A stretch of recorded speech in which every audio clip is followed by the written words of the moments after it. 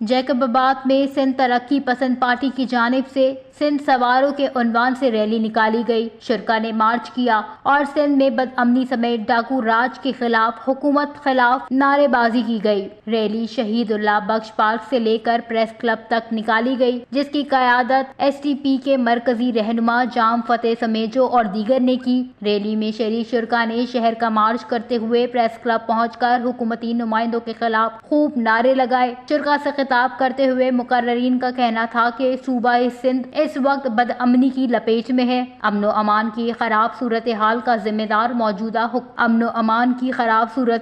जिम्मेदार मौजूदा हुक्मरान है। अंदरूनी सिंध में कच्चे के डाकुओं ने कब्जा जमा कर लोगों को अगवा करके भारी ताउन तलब कर रहे हैं। इनका कहना है कि प्रिया कुमारी की बाजियाबी के लिए सिंध हुकूमत संजीदा नहीं और सहाफी जान मोहम्मद मेहर समेत अजमल सावन जैसे बेगुनाह लोगों के कत्ल में मुलव्विस मुल्जिमान की गिरफ्तारी के लिए इकदामात नहीं किए जा रहे। शुरा का कहना था कि लोग बेरोजगारी और महंगाई से मर रहे हैं, लेकिन गुज़श्ता 20 सालों से सिंध में हुक्मरानी करने वाले मसाइल हल करने में भी नाकाम हो चुके हैं।